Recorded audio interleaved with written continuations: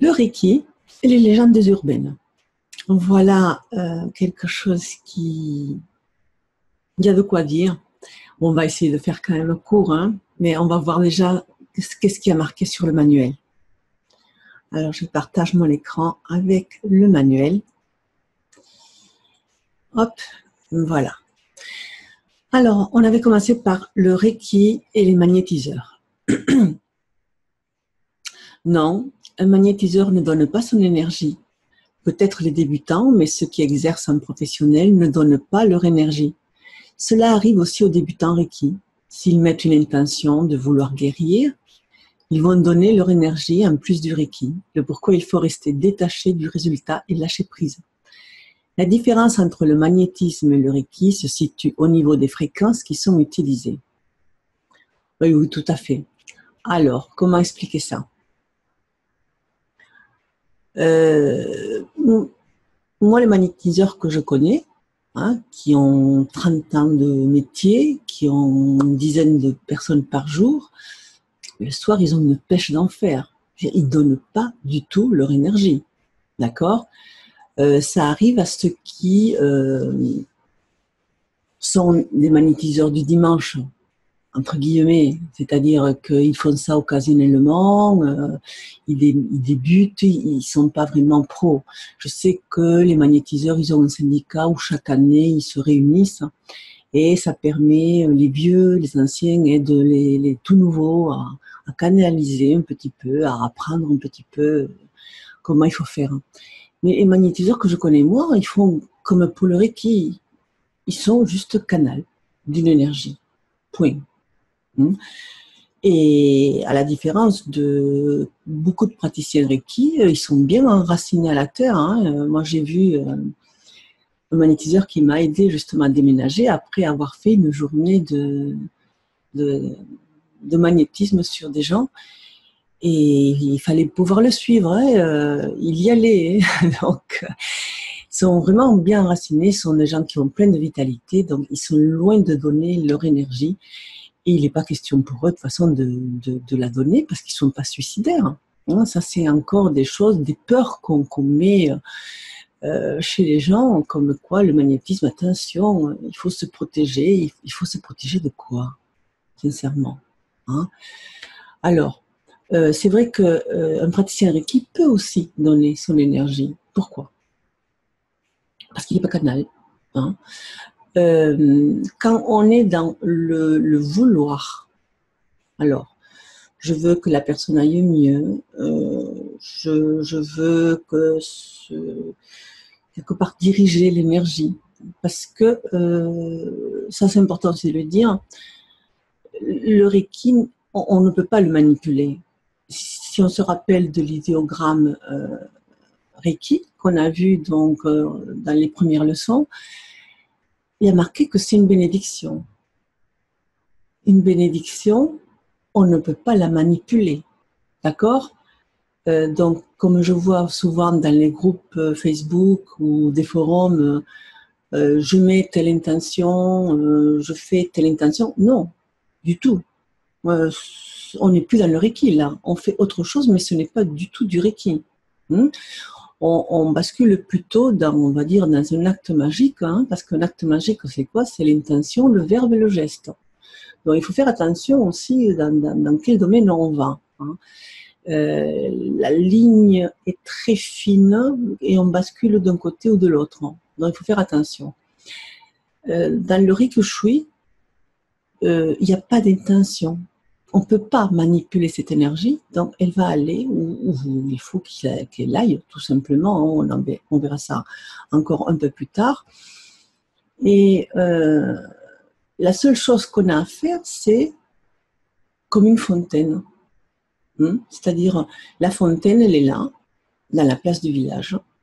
Elle va donner de l'eau aux gens qui vont s'approcher, mais ce sont les personnes qui vont venir ouvrir le robinet, se servir, mais la fontaine ne regarde pas à qui elle donne de l'eau. Elle ne dit pas à toi je vais t'en donner un peu, à toi je vais t'en donner moins. Non, elle est là uniquement pour faire l'intermédiaire entre l'eau, hein, qu'elle va à voir grâce à la pompe d'eau qu'on leur a mis qu'elle va extraire l'eau et la personne qui va venir boire. Mais un canal Reiki, c'est un praticien Reiki, c'est tout à fait ça. C'est-à-dire qu'il ne pose que les mains et il sourit. C'est tout. Il n'y a pas d'intention. Alors, lorsqu'on veut au début, donc, en fait, la formation d'un praticien Reiki, on nous apprend à être canal, en fait. Hein. C'est-à-dire qu'on va poser les mains, on ne cherche pas à savoir si on ressent quelque chose, s'il y a quelque chose qui est là, parce que sinon, automatiquement, on n'est plus canal, on bascule, d'accord, dans autre chose, on baisse notre taux vibratoire. C'est difficile aussi quand on connaît les gens parce qu'on souhaiterait qu'ils aillent mieux, bien sûr. Mais justement, on doit être détaché de ça parce que on peut rien faire. C'est pas notre rôle, ça dépend pas de nous. D'ailleurs, lorsqu'on va mettre les mains sur quelqu'un, c'est souvent la personne, le receveur, qui va venir chercher les fréquences dont il a besoin. Et c'est pas nous qu'on va décider de faire quelque chose. Ça se fait tout à fait inconsciemment, mais ça se fait. Alors, on a regardé pour l'intention de vouloir guérir. Donc, effectivement, lorsqu'on est dans une intention quelconque, on n'est plus canal Reiki. Là, on baisse son taux vibratoire. Et du coup, on donne parfois un peu de Reiki, mais aussi beaucoup d'énergie à soi. Donc, si le lendemain, on n'est pas bien, si après, on n'est pas bien, ben, c'est parce qu'on n'a pas été canal Reiki. D'accord ? Là, ça vient aussi avec le Reiki et protection qu'on va voir ensemble. La meilleure protection, ce sont nos propres énergies. Le pourquoi il faut travailler sur soi, et cela prend des années. Même si le Reiki est une énergie pure, notre aura n'est pas si pure que ça. Lors d'un soin, notre aura est en contact avec celle du receveur. Celui-ci va percevoir aussi nos énergies et nous les siennes.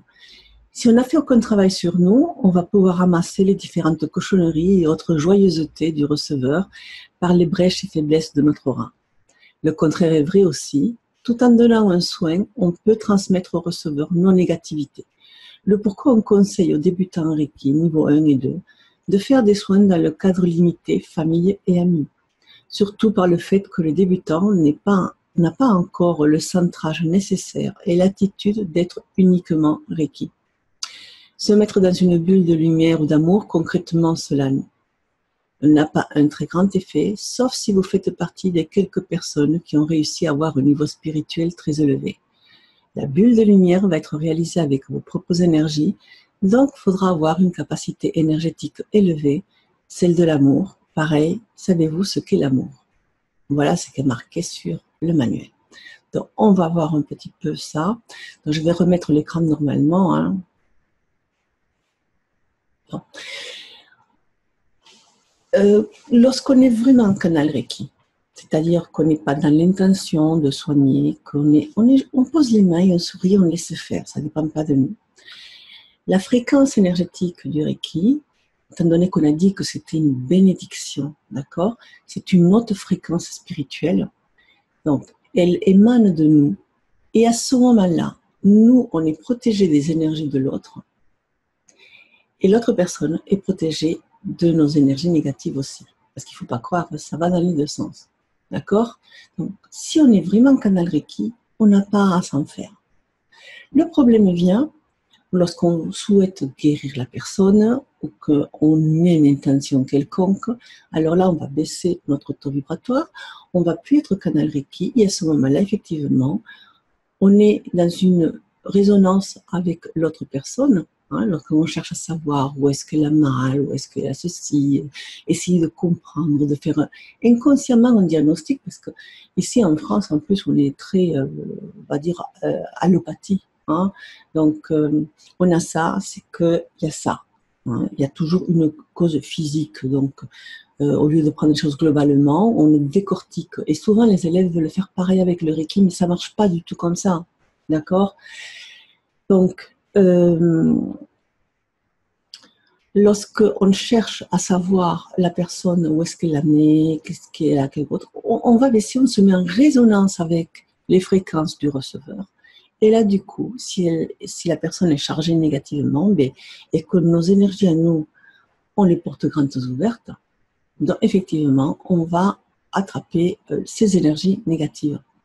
Mais si on a ces énergies négatives, ça veut dire que chez nous, les portes sont grandes ouvertes. Alors, comment expliquer ça? Si par exemple, on est en train de faire une séance de Reiki à quelqu'un, et qu'on n'est pas vraiment en canal Reiki, et qu'on attrape un sentiment de colère. Et on se dit, la personne est en colère, d'accord? Ou bien, on ne sent pas ça, et sans se rendre compte, on commence à être vraiment de plus en plus en colère. Et après, on se dit, purée, finalement, j'ai attrapé ces énergies négatives, j'étais en colère, voilà. Non, si on a attrapé, c'est quelque part les blessures, les situations où on a été en colère et qu'on a en mémoire, on ne les a pas réglées. Parce que si on avait réglé tous nos problèmes liés à la colère, la colère du receveur glisserait sur nous. Elle ne pourrait pas rentrer. D'accord? Pareil pour la jalousie, pareil pour tout un tas de choses. Ça passe pas, ça rentre pas chez nous si on n'a pas une porte grande ouverte. Le pourquoi, il est important de travailler sur soi. Le pourquoi, au deuxième niveau du Reiki, on a toute une boîte à outils qui va permettre de travailler sur nous, sur nos mémoires, sur des choses, nos bagages, hein, pouvoir se débarrasser de tout ça. Voilà. Donc, si on attrape du négatif, quelque part, il faut remercier la personne parce que quelque part, elle nous a renvoyé le miroir de ce qu'on est. D'accord? Donc, on n'a pas à l'incriminer. Concernant la protection, de se mettre dans une bulle de lumière blanche, ça, étant donné que c'est nous-mêmes qu'on va construire cette bulle de lumière, on va le faire avec nos propres énergies. Je te laisse... hein, voilà. Est-ce que ça va être vraiment efficace? On va croire que c'est efficace, mais pas plus. Hein. Après, on entend dire aussi, on se met dans une bulle d'amour. Alors, déjà, il faudrait savoir ce qu'est l'amour. D'accord? On en revient aussi, souvent on entend dire Reiki et amour. Ça, on va venir aussi à en parler un peu plus tard, mais c'est un petit peu lié tout ça. Donc, se mettre dans une bulle d'amour, comme il y a certains qui disent j'envoie de l'amour, mais tout ça c'est mental. Parce que pour envoyer de l'amour, déjà c'est une intention. Donc on n'est plus dans le fait d'être canal Reiki, d'accord? Et vouloir envoyer de l'amour, il faudrait qu'on se mette vibratoirement au niveau de la fréquence de l'amour, en sachant que 98% de la population ne sait pas ce qu'est vraiment l'amour, parce que l'amour terrestre n'a rien à voir avec l'amour spirituel. C'est vraiment, ça n'a rien à voir.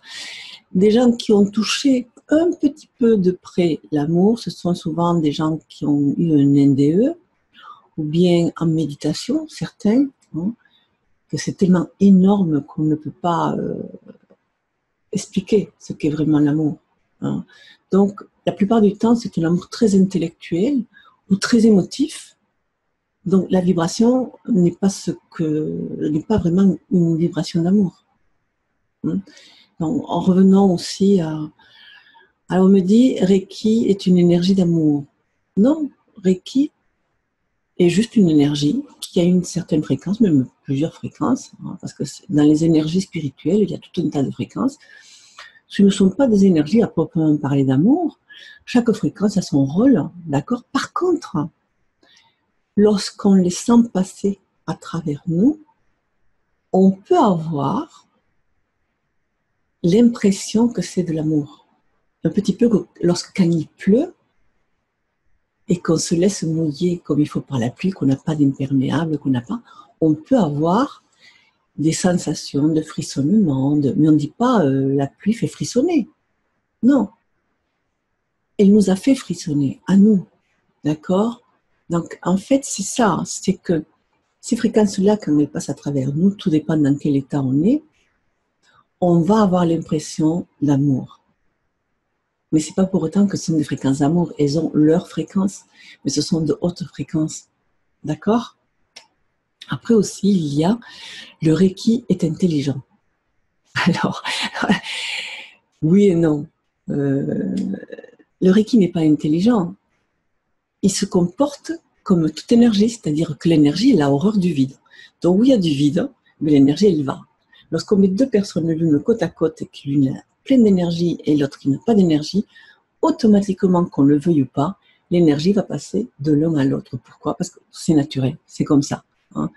C'est des vases communicants, on est tous reliés, donc ça se fait automatiquement comme ça. Sauf si vraiment on fait de gros barrages, mais on n'est plus dans la vie à ce moment-là, d'accord? Parce que lorsqu'on donne de l'énergie aux autres, hein, on n'en perd pas non plus si on est bien enraciné et que notre circuit énergétique tourne comme il faut. Donc, c'est pas gênant, parce que la personne, même si elle vient puiser vers nous, on est tout le temps bien relié et notre circuit se fait, donc on n'est pas en perte d'énergie. Donc, est-ce qu'il est intelligent, le Reiki? Non, il se comporte juste comme une énergie. C'est-à-dire qu'on va poser les mains, ça va passer à travers nos méridiens, ça va circuler dans nos méridiens. Seulement, s'il y a des points qui a de blocage, effectivement, le Reiki, parfois, il aura du mal à passer. Le pourquoi il est bien de pouvoir changer parfois de place, de se déplacer. Mais c'est vrai que si la personne n'a pas de blocage et que tout circule comme il faut, en se mettant par exemple à la tête, tout va circuler, à un moment donné, ça va arriver aux pieds. Mais prenons un exemple beaucoup plus concret. Imaginons un jardin, d'accord? Et tu mets un arrosoir automatique. Tu le mets tranquille, clac, clac, clac, clac, clac, hop, ça va arroser tout le jardin au bout d'un certain moment. Et ça va commencer par les plantes qui sont plus près. Je ne sais pas si tu as remarqué, en principe, c'est les plantes les plus près qui vont être surtout arrosées, qui vont avoir le plus d'eau. Et celles qui seront plus au fond, ça viendra par la suite et tout doucement, ça va y aller. Et puis par capillarité, l'eau va aller jusqu'à la plante qui se trouve au fond.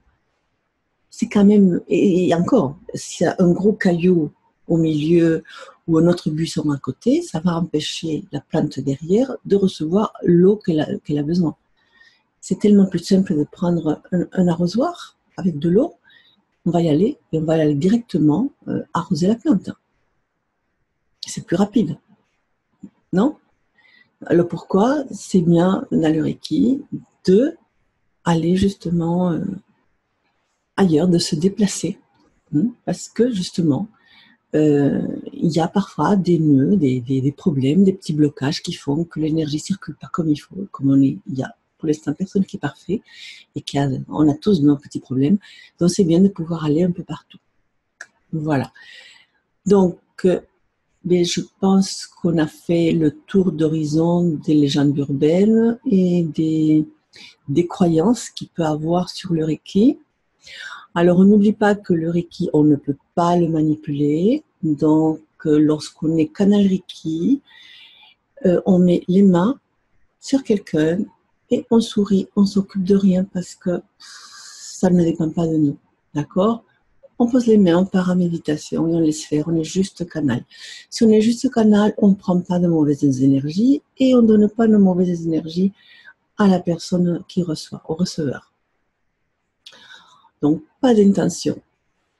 Pour l'instant, au niveau 1, je préconise vraiment de rester uniquement au niveau famille et amis, pour la simple raison que comme on n'arrive pas à être vraiment un canal Reiki, qu'on se fait piéger, et c'est bien qu'on se fasse piéger aussi parce que c'est ça qui permet de redresser.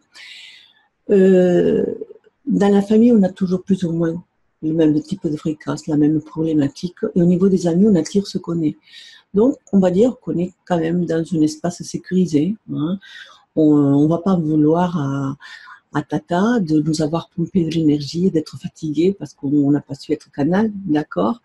Donc, restons comme ça, surtout s'occuper de soi, ouais, de faire ses AT, ses autotraitements, et s'occuper uniquement vraiment des proches pour l'instant.